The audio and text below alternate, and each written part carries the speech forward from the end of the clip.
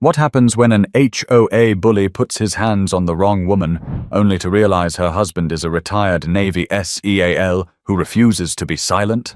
Janine Colson had walked this path 100 times before.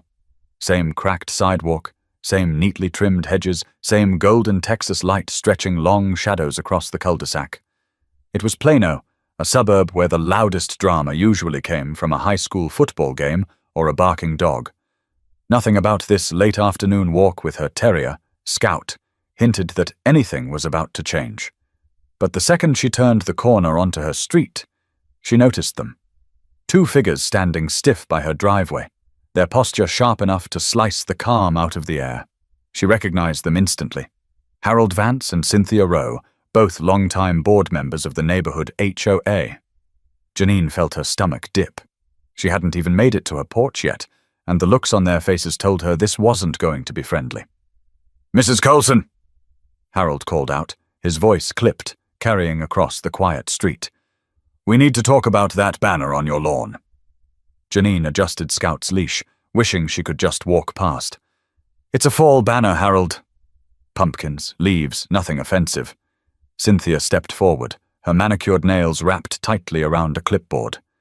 "It's not about being offensive. It violates the association's seasonal decor rules. Section 12, paragraph 4. You should know that by now," Janine exhaled slowly, her patience already fraying. "I've lived here 10 years. People put up everything from inflatable turkeys to 10-foot Santas. You've never said a word, 'That's different,'" Harold snapped, eyes narrowing. "This one, yours, wasn't approved." For a moment, the three of them stood in the fading light, the weight of the exchange pressing heavy on Janine. She glanced at her door, just a few yards away, but the thought of brushing past them made her pulse tick faster. "Look," she said, her voice steady. "I'm not taking it down. It's staying right where it is." Harold's jaw clenched. "That's not how this works." He took a step closer, his shadow stretching across her driveway like a threat. Cynthia's eyes flickered, nervous but silent. She wasn't the type to step in when things got tense. Harold thrived on confrontation, and Janine could see the anger twitching in his face, waiting for a spark. Scout barked once, sharp and nervous, tugging against the leash. Janine adjusted her grip and tried to walk forward, her heart hammering harder than she wanted to admit. But Harold moved quickly, blocking her path with the kind of authority that had nothing to do with HOA bylaws. "You can't just walk away," he growled. "I'm going inside my house, Harold." "Move," and then it happened. Quick. Ugly. Harold shoved her shoulder just enough to knock her balance, just enough to make Scout bark louder, just enough to send fear racing through her chest. Janine staggered back, catching herself, her voice rising sharp and furious. "Don't touch me!" That shout carried. It carried across the lawn, past the hedges, and straight into the open window of the house where Anthony Colson sat, still on the phone with an old Navy SEAL teammate.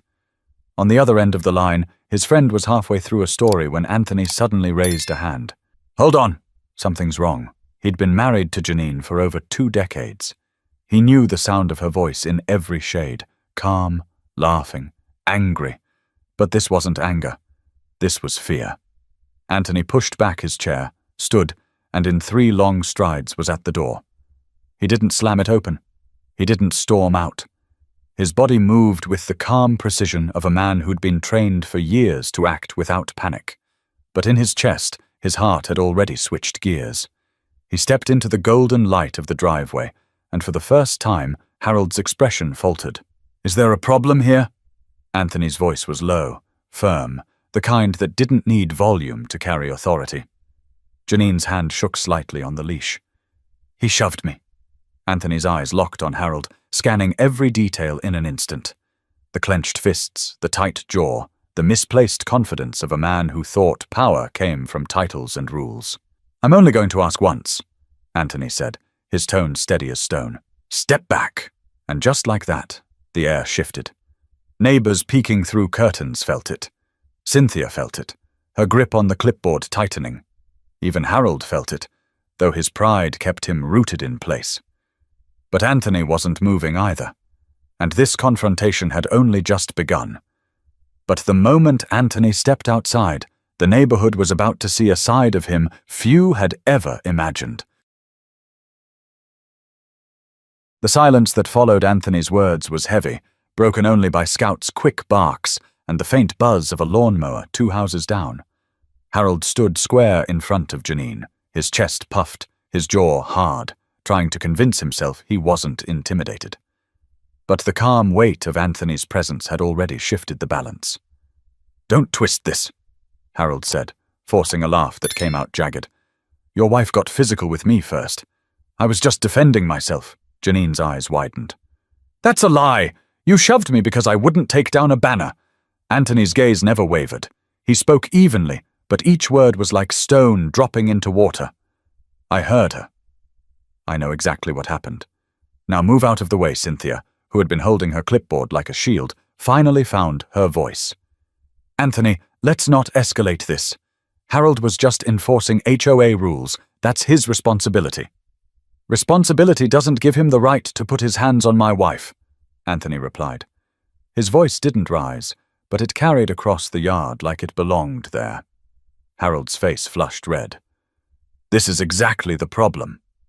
People like you think the rules don't apply. You think you can do whatever you want because what?" Janine cut him off, her voice trembling but strong. "Say it, Harold. Finish your sentence." Neighbors were beginning to gather now, drawn out by the rising voices. Porch lights flicked on, curtains twitched. A teenager across the street lifted a phone, recording in the shadow of a parked car. Harold's eyes darted, realizing the attention was no longer in his favor. He lowered his voice, but the venom in it remained. "This neighborhood has standards. Some of us actually care about maintaining them." Anthony took one step forward, closing the space between them until Harold had no choice but to step back. "Standards don't mean shoving a woman in her own driveway. Standards don't mean intimidation. You crossed a line." For the first time, Harold's bravado cracked. He glanced at Cynthia, expecting backup, but she looked uneasy, her lips pressed tight. She wasn't about to co-sign what everyone could see with their own eyes. "Harold," she said softly, almost pleading, "maybe we should just file a notice. Let's not." But Harold wasn't listening. Pride was a poison, and it had him by the throat. "If you put your hands on me, Coulson, I'll sue you for assault." Anthony shook his head slowly. "I don't need to touch you. I just need you to leave my wife alone." He turned slightly toward Janine, his voice gentler. "Go inside, sweetheart. I'll handle this." But Janine stood her ground. Her shoulder still ached where Harold had shoved her, and the injustice burned hotter than her fear. "No, I'm not hiding in my house. Not after what he did." Anthony looked at her, and in that brief glance there was years of partnership, of knowing exactly when to step forward together. He didn't argue. Across the street, a neighbor muttered to another. "Did you see that?" He shoved her. I saw it clear as day. The murmur grew. Phones tilted upward. The moment was no longer private. It was a stage. Harold, realizing too late that the crowd wasn't on his side, tried to regain control. "Everyone's blowing this out of proportion. It was a misunderstanding." Anthony folded his arms, calm but firm. "Misunderstandings don't leave bruises. Misunderstandings don't make people afraid in their own driveway." Cynthia's hand trembled slightly against the clipboard. She glanced at the cameras and then back at Harold. "We should go," she whispered. "This isn't worth it." But Harold refused. He leaned in closer, his voice low, meant only for Anthony. "You think your military background makes you somebody? This isn't a war zone. You don't scare me." Anthony's eyes narrowed, but his tone remained level. "I don't want to scare you. I want you to understand one thing. Touch my wife again, and you'll regret it." There was no shouting, no wild gestures, just quiet, controlled force that carried more weight than Harold's entire tirade. The tension hung like static in the air, everyone waiting for Harold's next move. Even Scout had gone silent, ears perked, as if sensing the gravity. And then, with a final scowl, Harold turned on his heel. "This isn't over!" Cynthia hurried after him, her clipboard clutched to her chest, her heels clicking fast across the pavement. Anthony stood still, his arms crossed, watching them retreat. Janine exhaled for the first time in minutes, her knees weak, but her resolve burning stronger than ever. "Anthony," she whispered, her voice unsteady. The next morning, the Texas sun had barely climbed over the rooftops when Anthony Coulson sat at the kitchen table, staring into a mug of black coffee. Janine moved quietly around him, her shoulder sore from the shove, her mind replaying every second of the night before. Neither of them had really slept. "I still can't believe he put his hands on me," Janine said, lowering herself into the chair across from him. Her voice was low, raw. "In front of everybody, like I was some kind of problem to shove out of the way." Anthony rubbed his jaw, silent at first. He'd been in firefights overseas, staring down enemies who wanted him gone, but hearing the tremor in his wife's voice rattled him more than gunfire ever had. "He won't touch you again," Anthony said finally. His tone was calm, not performative. He didn't need to raise his voice for her to believe it. Janine let out a short, bitter laugh. "That's the thing, though. He thinks he can get away with it because he's Harold Vance, head of the HOA. He probably woke up this morning telling himself I was overreacting." Anthony's phone buzzed on the table. A name lit up the screen. Wes Hanlon, one of his old Navy teammates. Anthony picked up. "You good, brother?" Wes's voice carried a mix of concern and grit. "I saw the video." Anthony's grip tightened on the phone. "Already?" "Already. Someone posted it on Facebook last night. Then it hit Twitter this morning. You're everywhere, man. People are furious. They're saying Harold shoved your wife because he thought he could get away with it." Janine looked up, startled. "It's already online?" Anthony put the phone on speaker. "What are people saying, Wes?" Wes didn't hold back. "Half the comments are demanding Harold resign. The other half are saying HOA boards abuse power all the time, and this just proves it. But it's not just that. People are pointing out you didn't lose control. You handled it like a pro. The cameras caught everything. How calm you were. How you didn't touch him until he got aggressive again. That matters." Anthony leaned back, his chair creaking under his weight. "This isn't the kind of attention we want." "But it's the kind you've got." Wes shot back. "You can either let them spin it, or you can own the narrative." Anthony ended the call, but kept the words in his head. Own the narrative. He'd spent years in the military where every decision was life or death, where control meant survival. And now, in a suburban neighborhood, that same discipline was suddenly under the spotlight.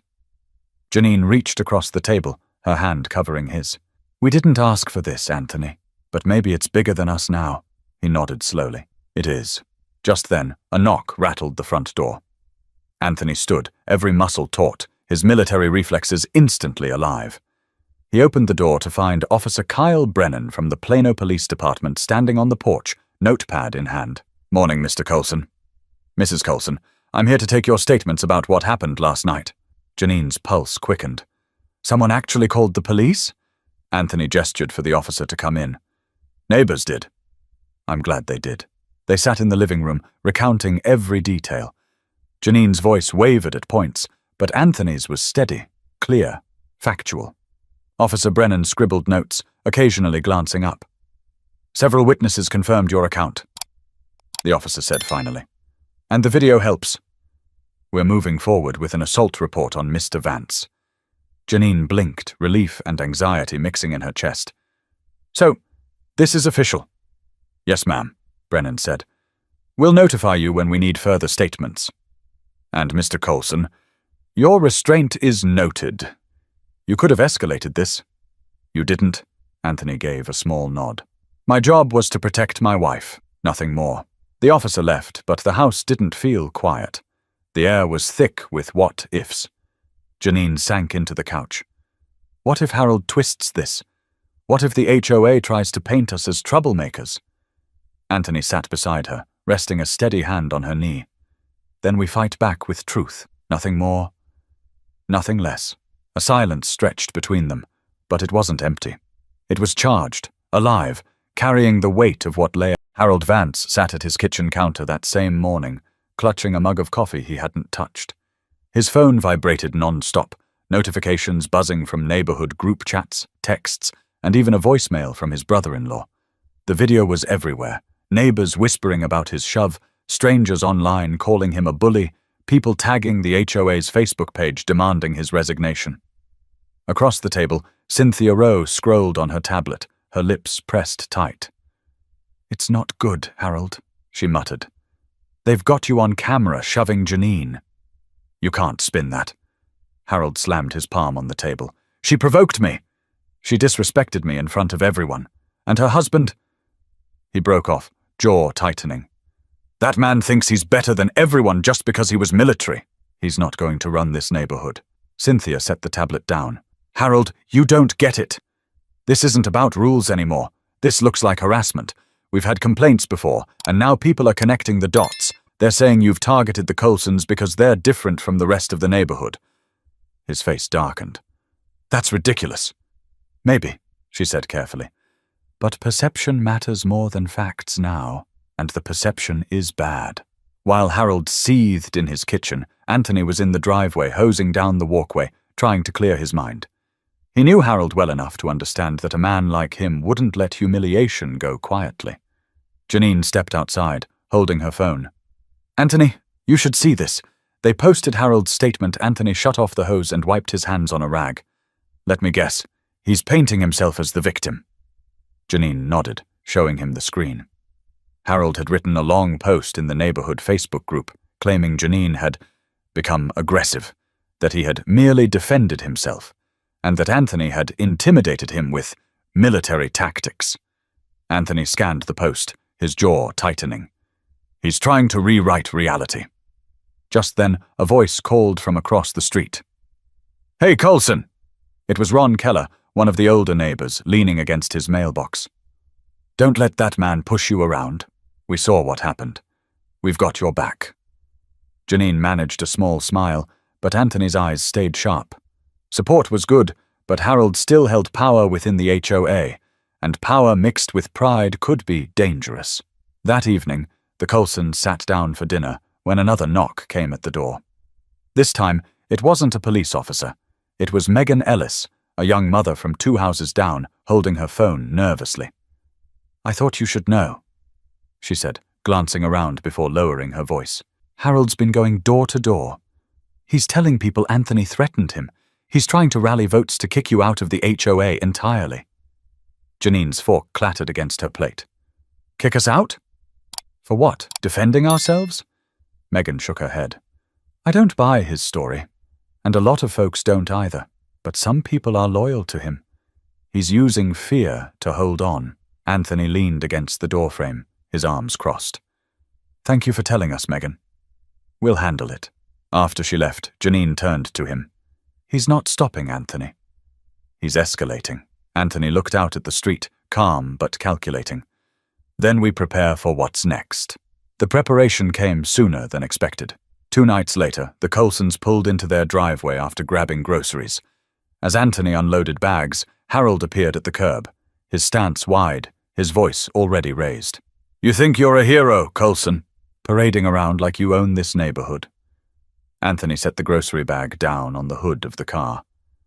"I think I'm a man protecting his family. You should have thought twice before putting your hands on my wife." Harold stepped closer, fists clenched.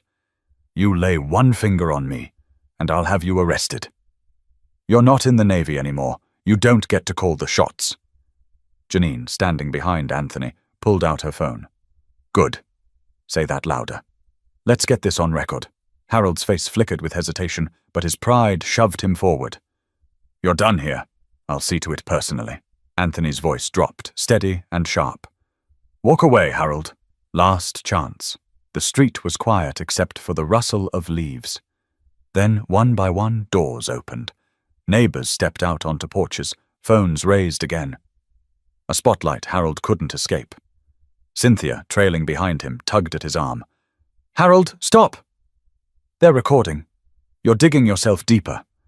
But Harold yanked his arm away, shouting back at Anthony. Finally, Cynthia pulled him back, hissing, "Enough!"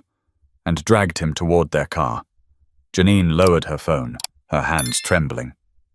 Anthony picked up the groceries again, as if the confrontation had been just another task to manage. "Anthony," she whispered, her eyes wet.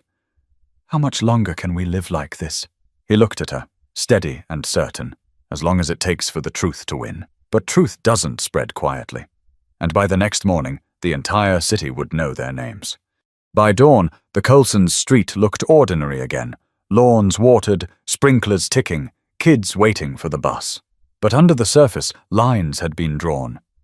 Neighbors who once waved casually now eyed one another with suspicion. The shove, the video, the late-night shouting. It had all fractured the illusion of harmony. Inside the Coulson home, Janine sat at the dining table scrolling through her phone. Her stomach tightened with every comment. Some neighbors had posted supportive messages. "We stand with the Coulsons. No one deserves that treatment." But others repeated Harold's version, claiming Janine lunged first, or that Anthony intimidated Harold by stepping outside. Anthony poured coffee, setting a cup in front of her. "Don't read all of it." Half those people weren't even there. She looked up, eyes tired. But some were, and they're still siding with him. Why? Because admitting the truth means admitting they've turned a blind eye to Harold for years. Anthony said, "It's easier to pretend this is about a banner than about his behavior." The phone buzzed again. A message from Gloria Martinez, a neighbor from 2 streets over, popped up. "HOA is holding an emergency meeting tomorrow night. Be ready." Janine set the phone down hard. "He's not wasting time." Anthony nodded. "Neither are we." That evening, the Coulsons took a walk with Scout. As they passed a row of houses, they noticed small clusters of neighbors chatting in hushed voices. Some offered quick waves, others turned away. At one corner, Anthony spotted Don and Marcia Klein, a retired couple who'd lived there since the neighborhood was built. "Anthony," Don called out, waving him over. "We saw the video." "You handled yourself well." Marcia stepped closer, lowering her voice. "But you should know, Harold's been talking. He's telling people you're dangerous, that your military background makes you volatile. He's scaring folks into thinking you'll snap." Anthony's jaw tightened, but he kept his tone even. "I'm dangerous when I have to be. Protecting my wife isn't volatility. It's love." Marcia gave a small nod, her eyes kind. "We believe you. Not everyone does." Farther down the street, a different tone surfaced. Peter Lawson, a middle-aged man known for siding with Harold on most HOA disputes, called out with a mocking smile. "Hey, Coulson! Teaching the neighborhood Navy combat drills now?" Anthony didn't respond, but Janine stopped, glaring back. "You saw what happened, Peter. You saw him shove me." Peter shrugged. "Looked like a tussle to me. People exaggerate when cameras roll." Janine's fists clenched, but Anthony gently touched her arm, steering her forward. "Not worth it," he murmured. Back home, Janine dropped onto the couch, frustration spilling over. "I can't believe they're buying his lies. After everything, after everyone saw it, some people still defend him." Anthony sat beside her, his voice steady. "People cling to what's comfortable. Harold's run this place for years. Admitting he's wrong would mean admitting they let him run unchecked. That's hard for some folks to swallow." The next night, the HOA meeting packed the community center like a courtroom drama. Folding chairs lined the walls, neighbors squeezed shoulder to shoulder, reporters from a local station lingered near the back with cameras ready. The air hummed with anticipation. At the front, Harold sat with Cynthia and 2 other board members, his face rigid but his eyes darting nervously. Anthony and Janine entered quietly, but all eyes followed them. Whispers rippled. "That's her. The one he shoved. That's the Navy guy. They look calm." The chairperson, an older woman named Phyllis Grant, tapped the microphone. "We're here to discuss recent events involving a board member and a resident. I ask everyone to remain respectful." Respect didn't last long. Harold shot up before she could continue. "Let's get this straight. I was attacked, verbally and physically. I was defending myself and enforcing community rules." Boos erupted from several neighbors, while others clapped in support. Janine rose to her feet, her voice clear. "You shoved me in my own driveway because I didn't take down a banner. That's not defense. That's assault." Gasps rippled through the room. A few neighbors shouted, "We saw it!" Others muttered about rules and regulations. Anthony finally spoke, his voice calm but cutting through the noise. "This isn't about a banner. This is about power. When someone thinks their position lets them put hands on others, that's abuse. That's harassment. And I won't let it stand. Not for my wife." The declaration sparked cheers from some, groans from others. Harold's face turned crimson. "This isn't over," he hissed. glaring at the Coulsons. Anthony met his stare without flinching. You're right. It's not. But outside that meeting room, the story had already grown larger than their subdivision, and by morning, it would reach far beyond Plano. By sunrise the next morning, the Coulsons' quiet street in Plano had become a point on the digital map of outrage. What began as shaky phone footage passed from neighbor to neighbor was now clipped, captioned, and reposted by accounts far beyond Texas. The video of Harold's shove, paired with Anthony's calm but firm presence, had exploded across social media. Janine scrolled through her phone at the kitchen counter, her coffee untouched. The video now carried headlines from blogs and local outlets. HOA President caught on camera shoving resident's wife. Retired Navy SEAL confronts HOA bully. Each share brought more comments, some supportive, others twisted, some cruel. Anthony leaned against the counter, arms folded. Let me guess. People already have opinions about us. Janine looked up, shaking her head in disbelief. Anthony, it's gone national. Look, this one's from a station in Dallas. They're calling it an example of HOA abuse of power. And here, this reporter says it's raising questions about race in suburban neighborhoods. Anthony's brow furrowed, but his voice stayed calm. That's what happens when people see injustice. They connect it to bigger patterns. The phone rang before Janine could answer. It was their daughter, Shauna Coulson, calling from Austin, where she worked as a teacher. Janine put it on speaker. Mom, Dad, are you okay? Shauna's voice was tight with worry. I saw the video on Twitter before I even saw it from you. Half my co-workers are talking about it. We're fine, Anthony said. We're holding steady, Shauna hesitated. They're calling Harold's actions racist, Dad. They're saying he targeted Mom because she's black. Do you think that's why this happened? The question hung in the air, heavy and raw. Janine's hands trembled slightly as she gripped her mug. I don't know, sweetheart, but I know he wouldn't have shoved me if I looked like the women on his block he's never bothered before. Anthony nodded once, his eyes steady on Janine. We don't have to name it for people to see it. They'll draw their own conclusions. After the call, Anthony stepped outside to breathe, only to find a reporter already on the sidewalk. Microphone in hand, she introduced herself as Kelly Reeves from WFAA Dallas. Mr. Coulson, she said quickly, can you comment on what happened 2 nights ago? The footage has people across the state asking questions about HOA accountability and racial bias. What's your response? Anthony kept his tone measured. My response is simple. My wife was assaulted in her own driveway over a banner. I did what any husband should do, protected her.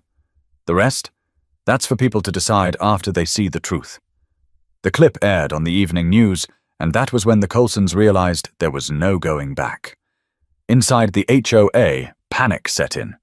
Harold sat in his office, staring at emails flooding in from residents and strangers alike.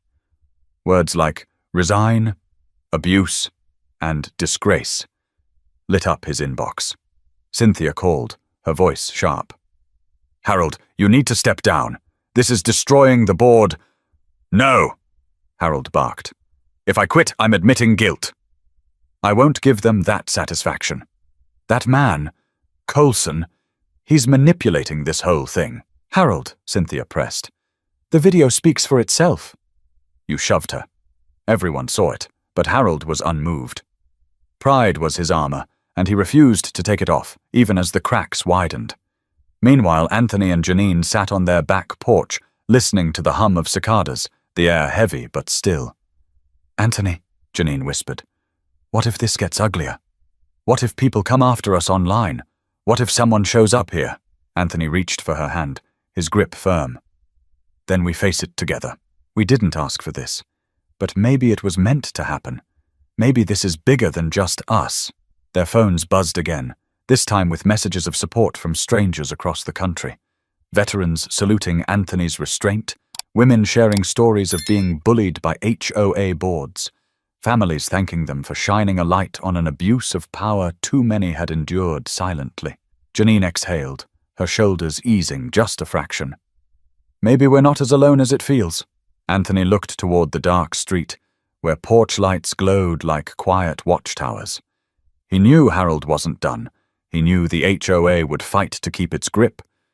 But he also knew the world was watching now, and that changed everything.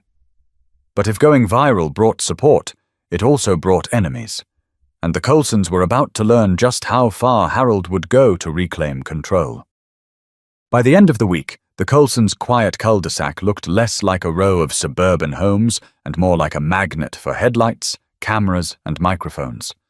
Vans from Dallas and even national outlets parked along the curb.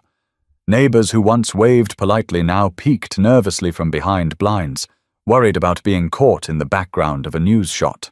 Anthony stood on the porch early one morning, arms crossed, watching reporters cluster at the end of the driveway. Janine joined him with a steaming mug of tea. "They're not going away, are they?" she asked softly. "Not until the story runs its course," Anthony replied. "And Harold's making sure it doesn't." Harold Vance had doubled down. 2 days after the video went viral, he appeared on a local radio show, insisting he was the real victim. His voice dripped with indignation as he told the host, "I was trying to enforce community standards. I was physically threatened. This man has a background in combat. Do you think I felt safe?" Clips of the interview spread just as quickly as the video. Some listeners bought into his narrative, calling Anthony dangerous, unstable, even a ticking time bomb. At the Coulsons' kitchen table, Shauna shook her head in disgust after hearing the clip. "He's flipping everything. He makes it sound like you were about to attack him." "Dad." Anthony stayed calm. "That's what people do when the truth isn't on their side. They rewrite it." Janine's voice cracked as she read a few comments aloud. "This Navy guy should be locked up. He's a threat to the neighborhood. Why don't they just move?" She set the phone down, her hands trembling. "Anthony, they don't even know us." "They don't need to," Anthony said. "They've already chosen a side." But while Harold's supporters spread his version, a larger wave pushed back. A Dallas paper ran an op-ed headlined, "HOAs were meant to protect communities. Too often they abuse them." A national morning show booked a segment with legal analysts breaking down the video frame by frame. One clip from a CNN interview showed attorney Lisa Sheridan analyzing Anthony's restraint. "You can see it here," she said, pointing to the screen. "Mr. Coulson never escalates until Harold raises his hand again. That's critical. It shows control, not aggression." The contrast between Harold's narrative and the footage only deepened the divide. Neighbors who once avoided taking sides found themselves pushed to pick one. At the grocery store, Janine overheard 2 women in the produce aisle whispering loudly enough for her to catch. "That's her, the one who caused all this drama." Another woman chimed in, "Or the one who stood up to him. Depends on who you believe." That night, Anthony and Janine sat across from each other in the living room, the glow of the television reflecting off their faces. News anchors debated their lives as though they were characters in a show. "I didn't sign up to be a headline," Janine murmured. Anthony leaned forward, elbows on his knees. "Neither did I. But maybe this isn't about signing up. Maybe it's about refusing to be silent when silence is easier." Just then, Anthony's phone buzzed. It was Wes again. "Brother, I've got to tell you something. Harold's reaching out to veterans groups, claiming you're disgracing the uniform by using intimidation." Anthony pinched the bridge of his nose. "Of course he is. You want me to rally some guys, put out statements of support?" Wes offered. Anthony thought for a moment. "Not yet. If we fight every lie, we'll drown in them. Let the truth speak louder." Janine glanced at him, weary but proud. "You always did know how to stand your ground without swinging your fists." Outside, another news van pulled up. The neighborhood's once quiet sidewalks were now a battlefield of perception, and Harold wasn't backing down, but neither was Anthony. But the real clash wasn't going to happen on the airwaves or online. It was headed straight for the HOA's next public meeting, and no one knew just how explosive it would get. The community center was overflowing before the meeting even started. Cars jammed the parking lot, forcing latecomers to park along the curb. A few news vans idled nearby, cameras waiting to roll. Inside, folding chairs scraped across the floor as neighbors claimed seats, their voices carrying a nervous energy. Anthony and Janine entered quietly, but the buzz shifted as soon as they walked in. Some nodded at them in support, others muttered under their breath. Phones tilted discreetly, already recording. At the front of the room sat the HOA board. Harold, stiff in a blazer, Cynthia beside him, and two other members who looked like they'd rather be anywhere else. A microphone rested on the long table, a pitcher of water sweating in the warm air. Phyllis Grant, the chairwoman, tapped the mic. "This meeting is called to order."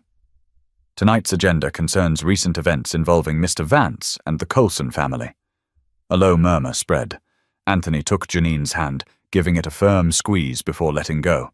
Harold leaned into his mic before Phyllis could continue. His voice boomed, rehearsed, and bitter. "Let's be clear. I was enforcing HOA guidelines when Mrs. Coulson became aggressive. I acted in defense, nothing more." Jeers and shouts echoed from the crowd. "We saw the video!" someone yelled. Janine stood, her chair scraping loudly against the floor. Her voice rang out, strong despite the tremor in her chest. "You shoved me, Harold. In front of neighbors, in front of my own home.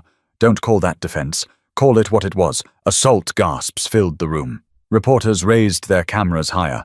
Harold's jaw tightened. "You're twisting this. And your husband? Your husband used intimidation tactics. He loomed over me, restrained me. That's aggression." Anthony rose slowly, not raising his voice but commanding the room nonetheless. "I restrained you because you raised your hand again. If I hadn't, what would you have done? Do you think pushing my wife once was enough?" Silence followed. The question landed like a stone in water, rippling through the crowd. From the back, Ron Keller's voice rang out. "We all saw it, Harold. You shoved her because you thought you could. Then you tried to play the victim." Others chimed in. "We're tired of this abuse. You've bullied this neighborhood for years." Harold's face reddened, sweat glistening at his temples. "This is slander," he barked. "I've given my time, my energy, your control," Janine cut in, her voice steady. "You've used this board to intimidate, not to serve. People are scared to speak up because you punish them with fines, warnings, and humiliation." All eyes turned to the neighbors. Whispers turned into confessions. A mother of 3 spoke up. "He fined me for letting my kids' bikes sit on the lawn overnight." Twice an older man added, "He threatened to tow my truck because it had a dent. Said it lowered property values." The room buzzed louder with each story. Anthony stepped closer to the board's table. "This isn't about a banner. It's about leadership that mistakes power for authority. Leadership that forgets rules are supposed to serve people, not punish them." Cynthia shifted uncomfortably, adjusting her glasses. "Maybe we should let the investigation run its course." But Harold slammed his fist on the table. "No, I won't be railroaded out of my position by lies and theatrics." Anthony met his glare. "You don't have to be railroaded out, Harold. You can step down. Right here. Right now." The crowd erupted, some clapping, others shouting. The noise was so loud Phyllis banged her gavel until the room quieted. "This board will vote," she announced. "Effective immediately, Harold Vance is suspended pending investigation." The words hit Harold like a slap. He shot to his feet, pointing a finger at Anthony. "You think you've won? You haven't seen the last of me?" Janine stood tall beside her husband. "No, Harold. The neighborhood has finally seen the real you." As Harold stormed out, cameras followed, neighbors buzzing with shock and relief. The board members looked shaken but resigned, scribbling notes as if the paperwork might shield them from the fallout. Anthony wrapped an arm lightly around Janine's shoulders as they walked out together. The flash of cameras, the hum of voices, the weight of a turning tide, all of it pressed against them. But they didn't falter. But suspending Harold was only the first crack. The deeper fight for accountability was just beginning. The suspension of Harold Vance was meant to calm things down, but instead it poured gasoline on a fire already burning hot. By the following week, the Coulsons' neighborhood had become a symbol, splashed across talk shows and news sites. Commentators debated HOA overreach, racial bias, and the dangers of unchecked authority. For Anthony and Janine, life was no longer just about mowing the lawn or walking scout. It was about answering calls from reporters, lawyers, and neighbors who suddenly found the courage to speak up. At their kitchen table, stacks of letters began to pile up.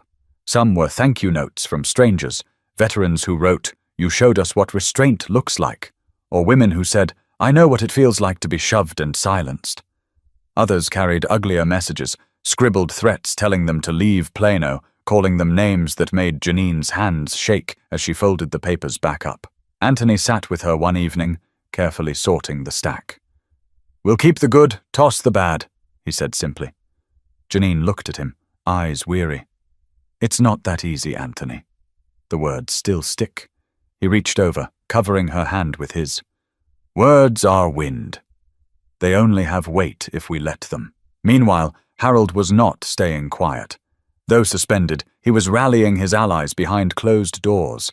In hushed backyard conversations and whispered phone calls, he painted himself as a victim of a smear campaign. He told loyal neighbors that the Coulsons were outsiders, agitators who wanted to destroy their way of life. One evening, Megan Ellis knocked again on the Coulsons' door, her face tense. "I thought you should know," she said, her voice low. "Harold's trying to get a petition together.